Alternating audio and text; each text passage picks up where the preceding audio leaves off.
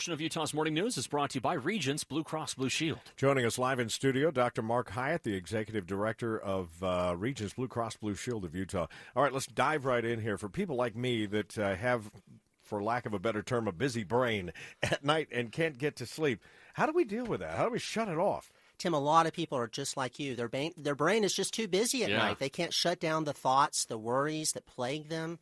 One of the key things to do is try to get your mind on something else, to distract yourself, to think of something else other than those worries. Are you a fan of like these wave noises or the bird sounds, that kind of stuff? You know, if that helps you to calm you down, to be at peace, some people will count sheep, others will breathe deeply.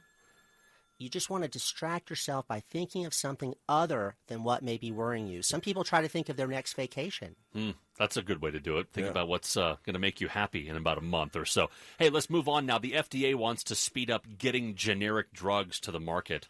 The FDA intends to expedite this process. What's the difference, though, between a generic and a brand-name drug? Brian, a generic drug is essentially the same as the brand-name drug. The only difference really is in the inactive ingredients, but the active ingredient is required to be the same. However, I have found, and I've heard people say this, that they get the generic brand and they don't get the same help or the same benefits from it. Is that just a mind over matter thing? It could be. There could be some differences, but as far as the FDA goes, they have to be equivalent in terms of their active ingredient, their strength, dosage form, and route of administration. So why are they so much cheaper than those generic drugs? Well, these generic makers don't face the same costs as the manufacturers do because usually these generic makers aren't inventing the drug, which is a very expensive and time-consuming process. They just come in and step in and copy it, essentially, and then offer it for a whole lot less. They bypass the typical 10 years and $1 billion to make that drug. Also saw a headline this morning about the doctor who warned us about the dangers of lead has passed away. Tell us a little about him.